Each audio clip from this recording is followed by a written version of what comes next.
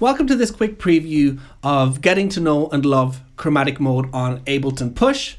For those of you that are interested in signing up, I decided to put together this quick video to give you a little preview of what you can expect. So let's get right into it. First of all, what we're going to be doing is we're going to be taking a deeper look at how to navigate Chromatic Mode. And by navigate Chromatic Mode, what I mean is when you first put on Chromatic Mode, which is this mode right here, usually if you don't know how it's set up, you're just like, what the hell is this? You kind of play around on it and it's like, I'm just going to leave that and go to what is known as in-key mode, which is this mode right here. Now with in-key mode, what you have is you can select the root note and a scale. So in this case, I've got C major selected. And what that means is that only the notes within that scale are available on the push keyboard. So let me just demonstrate. Like I said, this is C major. Now, when I first started out, in-key mode was like a miracle to me because I started off playing piano, but I was never really that good. And now I could play in all keys and in all scales as long as I understood how in-key mode was set up, which is pretty simple once you look into it. Now, in-key mode really limits what you can do in both a positive way, but also in a negative way. The positive way is you can't really play any wrong notes. So when you're starting out and you're composing, you know, you have this sort of safety net. But the thing is, once you kind of get accustomed to it and you want to maybe step outside of the scale, you can't do that because the notes outside of the scale aren't available.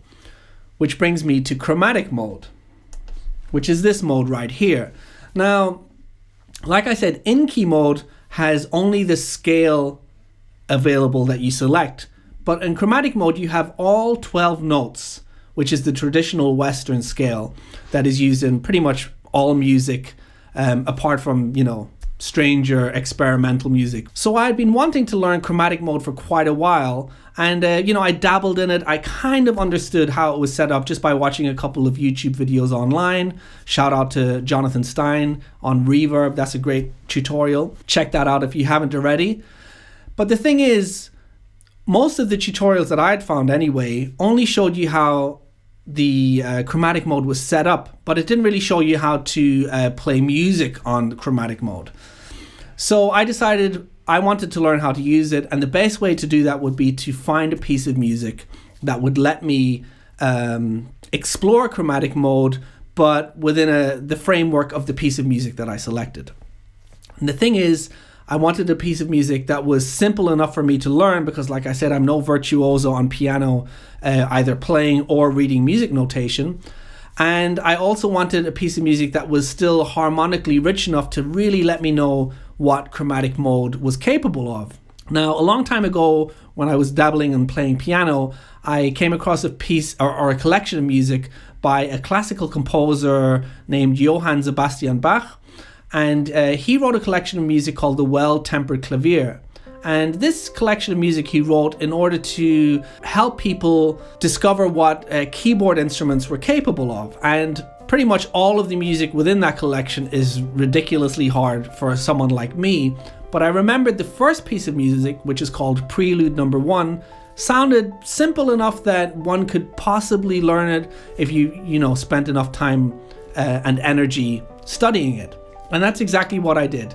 I found the music notation, and within the course of about 30 hours, I deconstructed the piece of music and kind of put it back together on Ableton PUSH, which was a lot of work, but it really, really did pay off because not only did it help me understand Chromatic Mode more, it also opened up a whole new world of harmony to me that I wasn't really aware was possible, especially in something as simple as C major. It was really, really unbelievable. And that brings me to this course.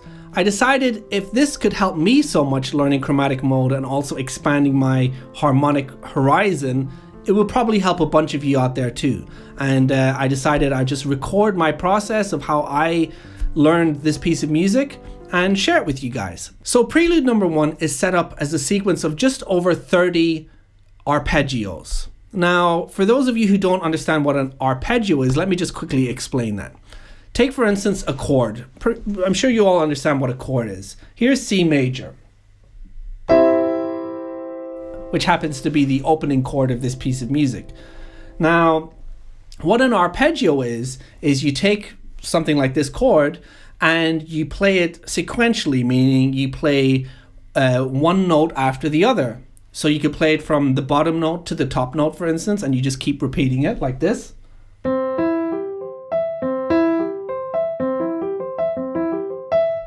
Or you can do it from the top to the bottom.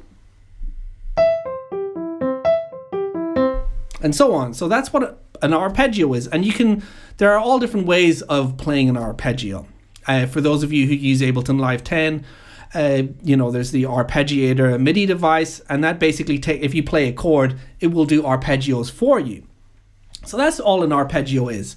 So this piece of music is the sequence of just over 30 arpeggios, just played one after the other. So that's the next step in this course. Once we've navigated our way around how to use chromatic mode, then we go into this prelude number 1 piece of music.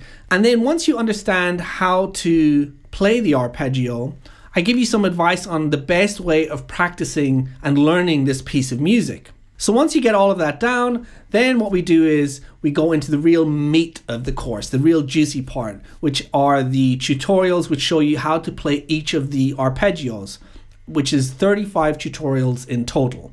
Like I said, just covering the actual piece of music. And what we do is we learn each individual arpeggio, for instance, C major. So we'll play it as a chord first. And I show you the exact fingering that you need to use, because there's different ways you can play it, but over the course of those 30 hours or so, I really took my time to find the perfect finger placements that work most efficiently for this piece of music. So in this case, we play the chord first, learning how to place our fingers on the push. And then I show you how to play the arpeggio.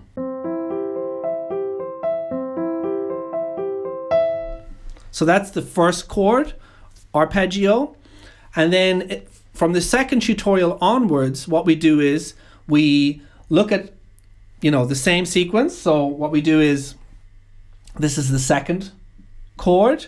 I show you how to play it as a chord first, then as the arpeggio. And then what we do is we look at the previous chord and how to transition into the current chord that we're working on at that given time. Because the transitions are extremely important, because it's easy to learn how to play an arpeggio or a chord and the finger placement, but transitioning from one to the next is the really difficult part, I found. So in this case, we go from C major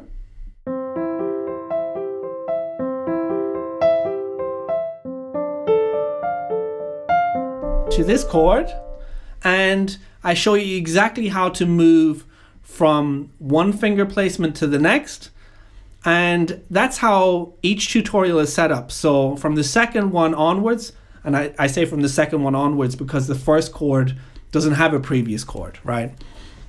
From the second tutorial onwards, that is the structure. So you learn how to play the chord first, then you learn how to play the arpeggio, and then you learn how to transition from the previous chord into the current chord.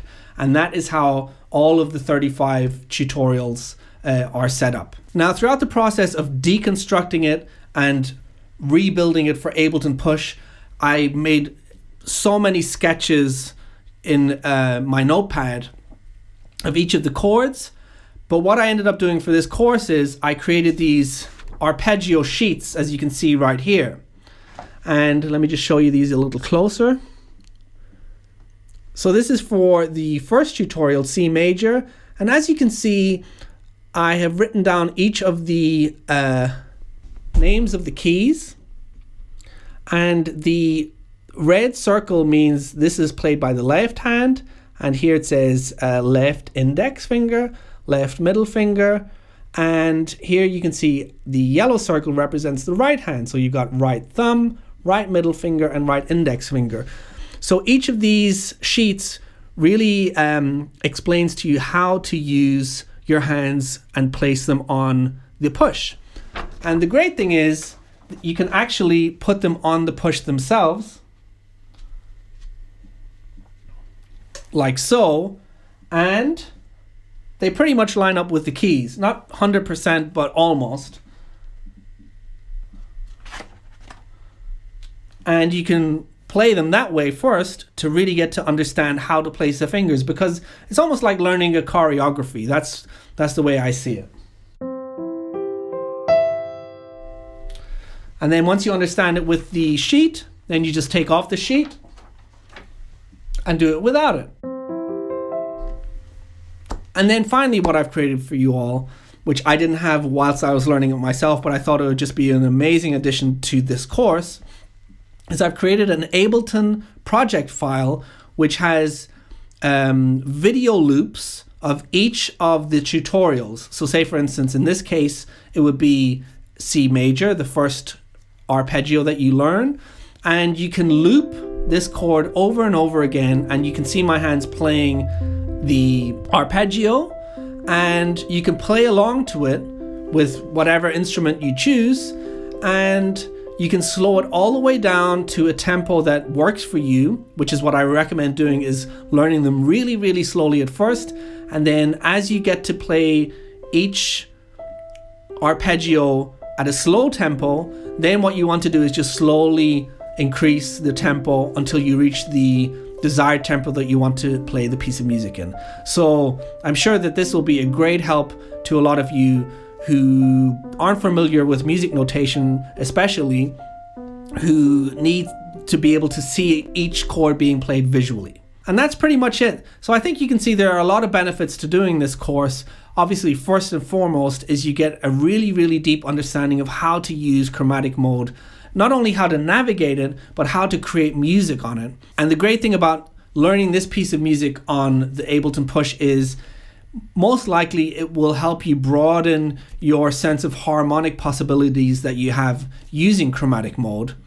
And another great thing is, even when you're not working within Chromatic Mode, and say you have a drum rack set up with samples, and you're doing finger drumming, and you lay out all of those samples over all 64 pads, just learning how to play a piece of music as complex as the prelude, where you're moving all over the 64 pad keyboard in Chromatic Mode, obviously you're going to be refining your skill of navigating the 8x8 matrix, which makes up, the 64 pad drum racks, for instance. So your skills in finger drumming will increase dramatically learning a piece of music like this.